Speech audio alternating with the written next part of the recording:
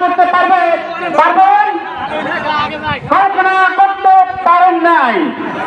মাত্র ৪৫ মিনিটের ব্যবধানে ১৬ বছরের স্বৈরাচারের লজ্জাজনক পতন হয়েছে। সম্ভব করেছেন কে? ছাত্র জনতার আন্দোলনে আল্লাহর সাহায্য এসেছে, বিজয় এসেছে।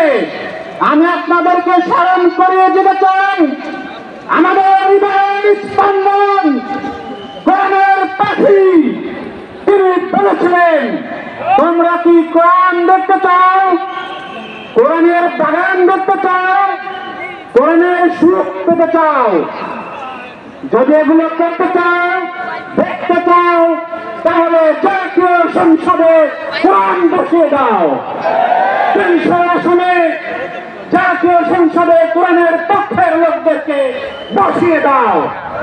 এই বসিয়ে দেওয়ার দায়িত্ব আজকের এই জনসমুদ্রে যারা উপস্থিত রয়েছে আমরা তাদের, ঠিক কিনা? এ কথাই বলে শেষ করছি, আজকের এই জনসমুদ্রে এসে আসাটাই আমাদের জন্য সার্থকতা নয়।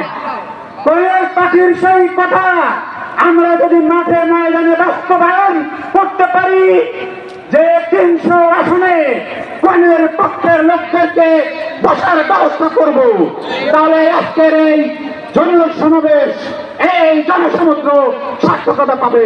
সকলকে ধন্যবাদ। আসসালামু আলাইকুম ওয়া রাহমাতুল্লাহ। সুদৃঢ় হস্তে ধারণ করো, পরস্পর বিচ্ছিন্ন হয় না।